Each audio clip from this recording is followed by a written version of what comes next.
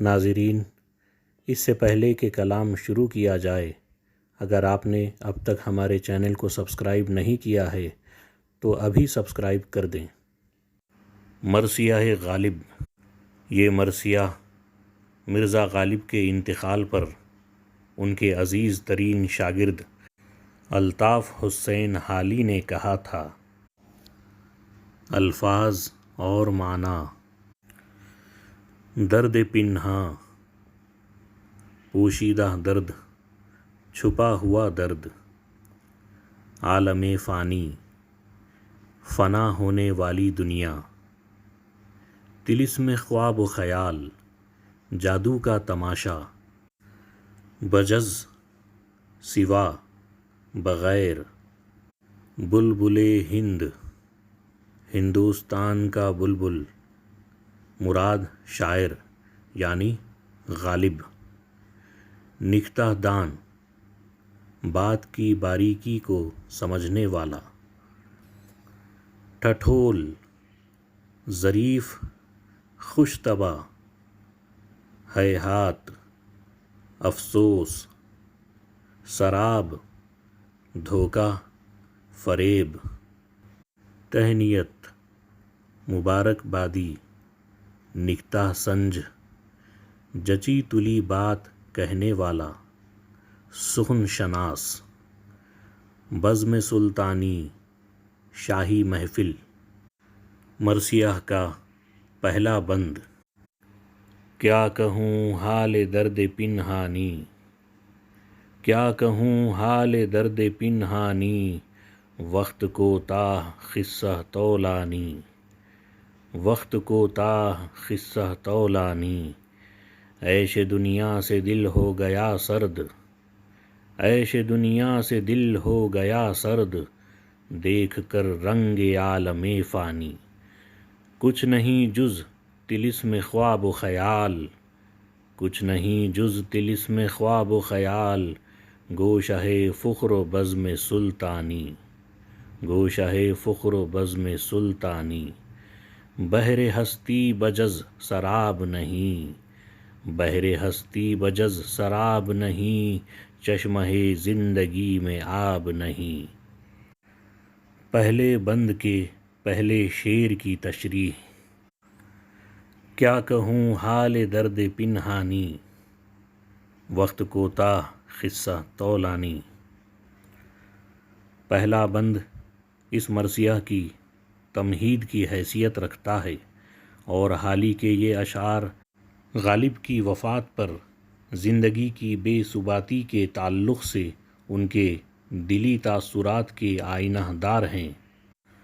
غالب کی وفات پر اپنے جذبات و احساسات کا اظہار کرتے ہوئے حالی کہتے ہیں کہ میں اپنے پوشیدہ درد و غم کا حال کس طرح بیان کروں کہ داستان غم طویل ہے اور وقت بہت کم ہے۔ عیش دنیا سے دل ہو گیا سرد، عیش دنیا سے دل ہو گیا سرد، دیکھ کر رنگ عالم فانی۔ حالی دنیا کی بے ثباتی کا ذکر کرتے ہوئے کہتے ہیں کہ یہ دنیا فنا ہونے والی ہے۔ دنیا کی آسودگی، مسرت اور خوشیوں کو دیکھ کر دل افسردہ ہو جاتا ہے، کیونکہ ساری مسرتیں بہت جلد ختم ہو جاتی ہیں۔ کچھ نہیں جز طلسم خواب و خیال، کچھ نہیں جز طلسم خواب و خیال، گوشہ فخر و بزم سلطانی۔ فقیر کا گوشہ تنہائی ہو یا شاہوں کی محفل طرب، دونوں کی حیثیت ایک خواب و خیال سے زیادہ نہیں اور دونوں جلد فنا ہونے والے ہیں۔ بحر ہستی بجز سراب نہیں، بحر ہستی بجز سراب نہیں، چشمہ زندگی میں آب نہیں۔ حالی کہتے ہیں کہ زندگی کا سمندر ایک سراب ہے، ایک دھوکہ ہے، فریب ہے۔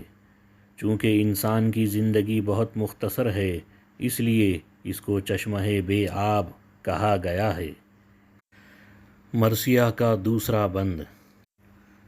بلبل ہند مر گیا ہے ہاتھ، بلبل ہند مر گیا ہے ہاتھ، جس کی تھی بات بات میں ایک بات، جس کی تھی بات بات میں ایک بات، نکتہ داں نکتہ سنج نکتہ شناس، نکتہ داں نکتہ سنج نکتہ شناس، پاک دل پاک ذات پاک صفات، پاک دل پاک ذات پاک صفات، لاکھ مضمون اور اس کا ایک ٹھٹھول، لاکھ مضمون اور اس کا ایک ٹھٹھول، 100 تکلف اور اس کی سیدھی بات، تھیں تو دلی میں اس کی باتیں تھیں تو دلی میں اس کی باتیں تھیں، لے چلیں اب وطن کو کیا سوغات، لے چلیں اب وطن کو کیا سوغات،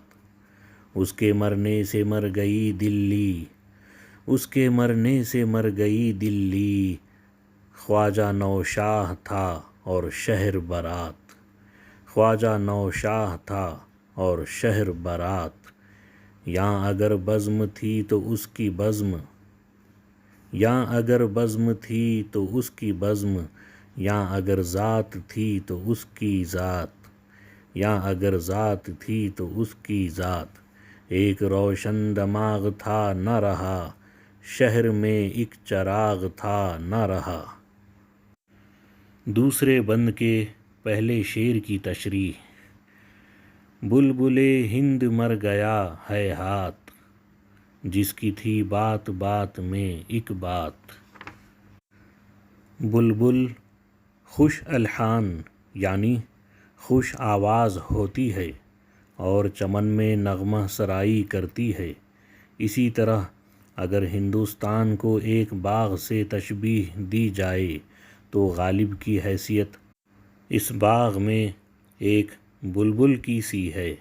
افسوس کہ ہندوستان میں بلبل کی طرح خوش بیانی کرنے والا، شیرین اور دلکش نغمے بکھیرنے والا اس دنیا میں باقی نہیں رہا۔ غالب کی ہر بات میں کوئی گہرا خیال اور نکتہ پوشیدہ ہوتا تھا، ان کی ہر بات میں ایک بات ہوتی تھی۔ حالی نے اس مصرعے جس کی تھی بات بات میں ایک بات میں لفظ بات کی تکرار سے حسن پیدا کیا ہے۔ نکتہ داں نکتہ سنج نکتہ شناس، پاک دل پاک ذات پاک صفات، وہ بات کی باریکی کو سمجھتے تھے۔ صاحب ذوق اور صاحب نظر افراد کی گفتگو کی قدر و قیمت کا انہیں اندازہ تھا۔ پھر غالب ایک پاک دل اور نیک صفات انسان بھی تھے۔ لاکھ مضمون اور اس کا ایک ٹھٹھول، 100 تکلف اور اس کی سیدھی بات۔ حالی کہتے ہیں کہ گفتگو کے دوران ہنسی مذاق میں غالب جو جملے اور فقرے کہہ جاتے تھے وہ زندگی کے تعلق سے ان کی بصیرت کے حامل ہوتے تھے۔ بعض اوقات ان کے یہ جملے دوسروں کے لکھے ہوئے 20 مضامین پر بھاری ہوتے تھے۔ وہ کسی تکلف اور بناوٹ کے بغیر باتوں باتوں میں ایسے جملے کہہ جاتے تھے جن پر 20 پر تکلف باتیں قربان ہوں۔ تھیں تو دلی میں ان کی باتیں تھیں، لے چلیں اب وطن کو کیا سوغات۔ حالی کہتے ہیں کہ ان کی باتیں اتنی دلچسپ ہوتی تھی کہ میرا دل دلی کی جانب کھنچا چلا آتا تھا اور میں ان کے جملوں اور فقروں کو تحفے کے طور پر اپنے وطن لے جایا کرتا تھا اور اپنے احباب کو سناتا تھا۔ اب ایسی باتیں کہاں سننے کو ملے گی۔ اس کے مرنے سے مر گئی دلی، خواجہ نوشاہ تھا اور شہر برات۔ اب غالب کی موت پر یوں محسوس ہو رہا ہے کہ گویا دلی مر گئی۔ دلی میں غالب کی حیثیت ایسی تھی جیسے کسی بارات میں نوشاہ کی ہوتی ہے۔ یاں اگر بزم تھی تو اس کی بزم، یاں اگر ذات تھی تو اس کی ذات۔ اب غالب کے نہ ہونے سے دلی کی محفلیں سونی ہو گئی ہیں اور کوئی شخصیت ایسی نظر نہیں آتی جس کی بدولت دلی کی محفلوں میں پھر سے بہار آ جائے۔ ایک روشن دماغ تھا نہ رہا، شہر میں ایک چراغ تھا نہ رہا۔ دنیا سے ایک ایسا شخص رخصت ہو گیا ہے جو سارے شہر کو فہم و دانائی کی باتیں بتاتا تھا۔ اس کی غیر موجودگی میں ایسا لگتا ہے کہ روشن چراغ گل ہو گیا ہے، جس کی وجہ سے اب سارے شہر میں اندھیرا نظر آ رہا ہے۔ مرثیہ کا تیسرا بند۔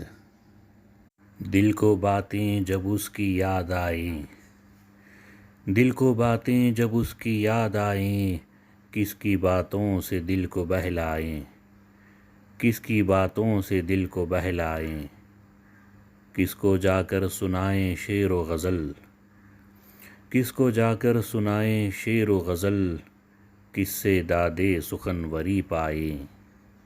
مرثیہ اس کا لکھتے ہیں احباب، مرثیہ اس کا لکھتے ہیں احباب، کس سے اصلاح لیں کدھر جائیں، کس سے اصلاح لیں کدھر جائیں۔ لوگ کچھ پوچھنے کو آئے ہیں، لوگ کچھ پوچھنے کو آئے ہیں، اہل میت جنازہ ٹھہرائیں۔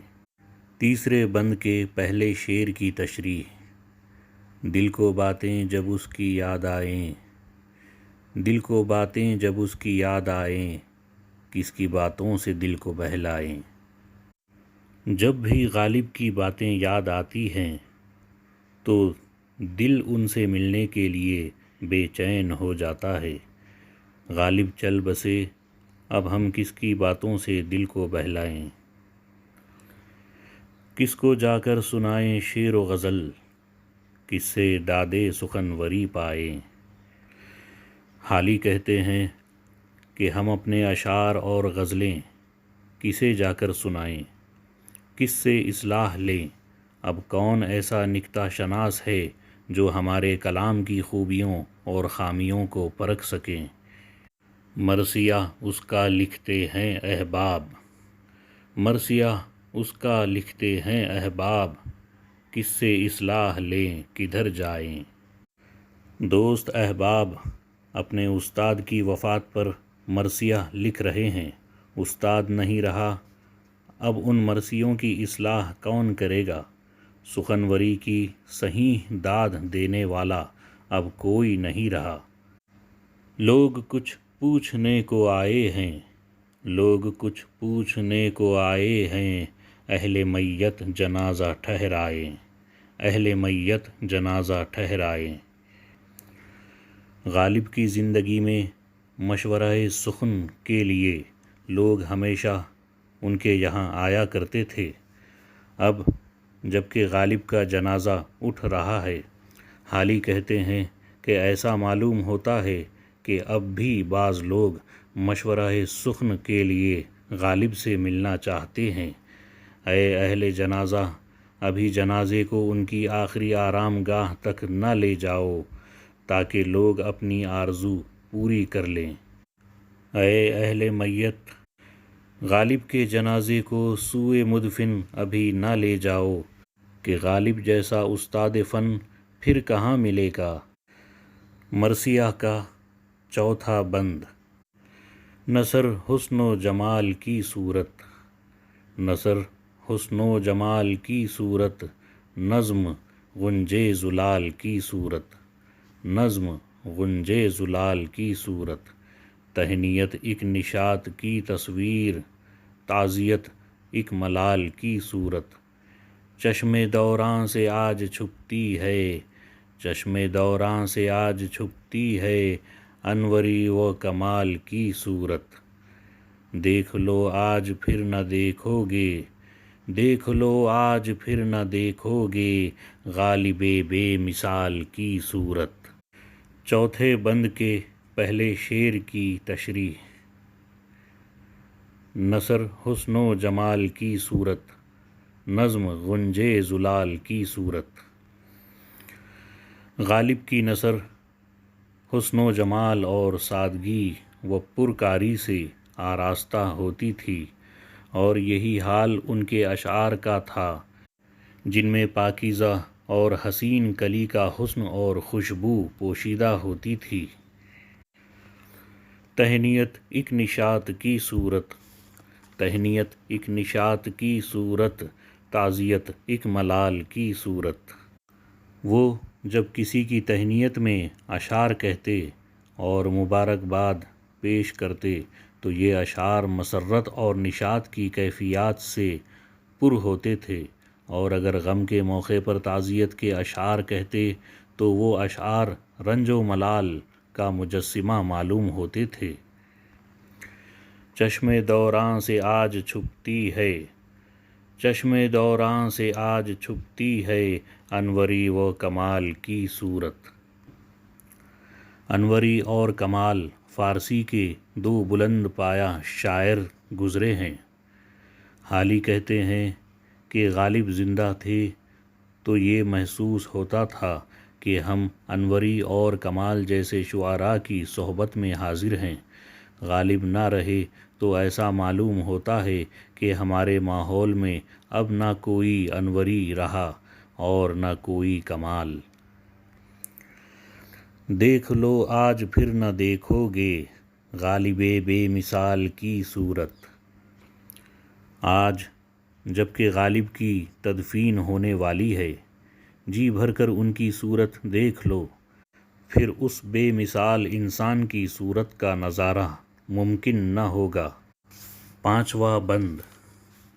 شہر میں جو ہے سوگوار ہے آج، شہر میں جو ہے سوگوار ہے آج، اپنا بیگانہ اشک بار ہے آج، اپنا بیگانہ اشک بار ہے آج۔ بار احباب جو اٹھاتا تھا دوش احباب پر سوار ہے آج، دوش احباب پر سوار ہے آج۔ تھی ہر ایک بات نیشتر جس کی، تھی ہر ایک بات نیشتر جس کی، اس کی چپ سے جگر فگار ہے آج، اس کی چپ سے جگر فگار ہے آج۔ دل مضطر کو کون دے تسکین، دل مضطر کو کون دے تسکین، ماتم یار غم گسار ہے آج، ماتم یار غم گسار ہے آج۔ کس کو لاتے ہیں بہر دفن کی خبر، ہمہ تن چشم انتظار ہے آج۔ غم سے بھرتا نہیں دل ناشاد، کس سے خالی ہوا جہاں آباد، کس سے خالی ہوا جہاں آباد۔ پانچویں بند کے پہلے شعر کی تشریح۔ شہر میں جو ہے سوگوار ہے آج، اپنا بیگانہ اشک بار ہے آج۔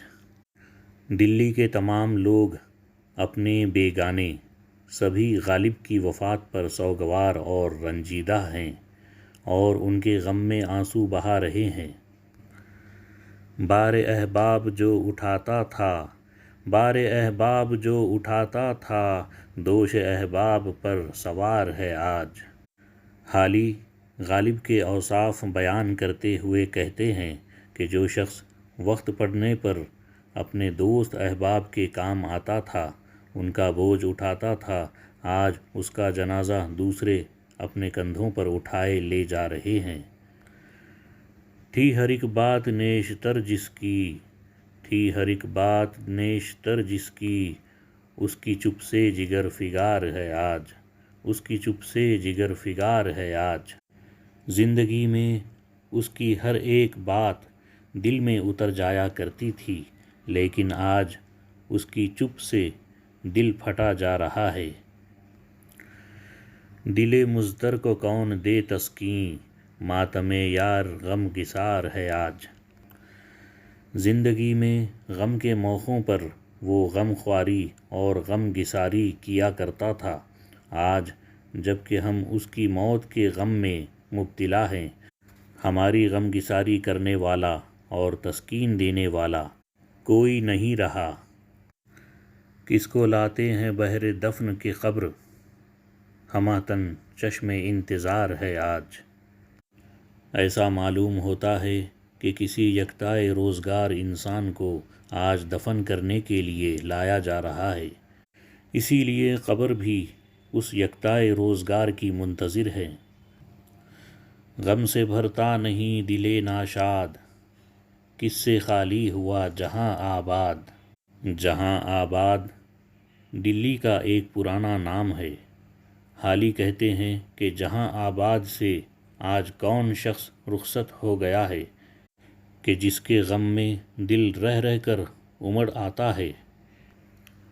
مرثیہ کا چھٹا بند۔ کیا ہے جس میں وہ مرد کار نہ تھا، کیا ہے جس میں وہ مرد کار نہ تھا، ایک زمانہ کہ سازگار نہ تھا۔ ملک و دولت سے بہرہ ور نہ ہوا، ملک و دولت سے بہرہ ور نہ ہوا، جان دینے پہ اختیار نہ تھا۔ خاک ساروں سے خاک ساری تھی، سر بلندوں سے انکسار نہ تھا۔ چھٹے بند کے پہلے شعر کی تشریح۔ کیا ہے جس میں وہ مرد کار نہ تھا، ایک زمانہ کہ سازگار نہ تھا۔ کون سی خوبی ہے جو غالب میں نہیں پائی جاتی، یہ اور بات ہے کہ زمانے نے ان کا ساتھ نہ دیا اور ان کی قدر نہ کی۔ ملک و دولت سے بہرہ ور نہ ہوا، جان دینے پہ اختیار نہ تھا۔ انہیں دولت و اقتدار حاصل نہ ہو سکا، یہ زمانے کی ناقدری کا نتیجہ تھا۔ وہ ایسی ناقدری کے مقابلے میں زندگی کو رد کرنے کے لیے بھی تیار تھے، لیکن جان دینے پر کس کو اختیار ہے۔ خاک ساروں سے خاک ساری تھی، سر بلندوں سے انکسار نہ تھا۔ اس میں غالب کے اوصاف بیان کرتے ہوئے کہتے ہیں کہ جو لوگ عجز و انکسار سے ملتے، غالب بھی ان کے ساتھ لطف و انکسار سے پیش آتے، لیکن جو لوگ اپنی شان و شوکت کا مظاہرہ کرتے، غالب ان کے ساتھ عاجزی اور انکساری سے نہیں ملتے تھے۔ ساتواں بند۔ اس سے ملنے کو یاں ہم آتے تھے، اس سے ملنے کو یاں ہم آتے تھے، جا کے دلی سے آئے گا اب کون، جا کے دلی سے آئے گا اب کون۔ مر گیا قدردان فہم و سخن، مر گیا قدردان فہم و سخن، شعر ہم کو سنائے گا اب کون، شعر ہم کو سنائے گا اب کون۔ تھا بساط سخن پہ ایک شاطر، تھا بساط سخن پہ ایک شاطر، ہم کو چالیں بتائے گا اب کون۔ شعر میں ناتمام ہے حالی، شعر میں ناتمام ہے حالی، غزل اس کی بنائے گا اب کون۔ ساتویں بند کے پہلے شعر کی تشریح۔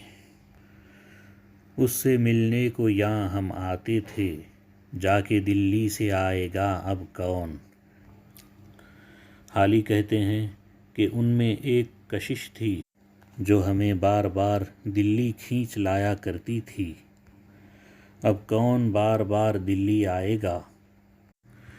مر گیا قدردان فہم و سخن، شعر ہم کو سنائے گا اب کون۔ فہم و سخن کا صحیح قدردان چل بسا، اب کون ہمیں شعر سنائے گا اور کس طرح ہمارے ذوق سخن کو تسکین ملے گی۔ تھا بساط سخن پہ ایک شاطر، ہم کو چالیں بتائے گا اب کون۔ غالب کی مثال ایک بساط سخن کے ماہر کی سی تھی، جیسے ایک شطرنج کا ماہر نئی نئی چالیں سکھاتا ہے، اسی طرح غالب اپنے شاگردوں کو شاعری کے رموز و نکات سکھایا کرتے تھے، اب کون ہمیں ان رموز و نکات سے آگاہ کرے گا۔ شعر میں ناتمام ہے حالی، شعر میں ناتمام ہے حالی، غزل اس کی بنائے گا اب کون، غزل اس کی بنائے گا اب کون۔ آخر میں حالی کہتے ہیں کہ میں ابھی فن شاعری میں خام ہوں اور ناتمام کی حیثیت رکھتا ہوں، اب کون ہے جو اپنی چھوٹی چھوٹی اصلاحوں کے ذریعے میری غزل کے اشعار میں نئی جان ڈالے گا،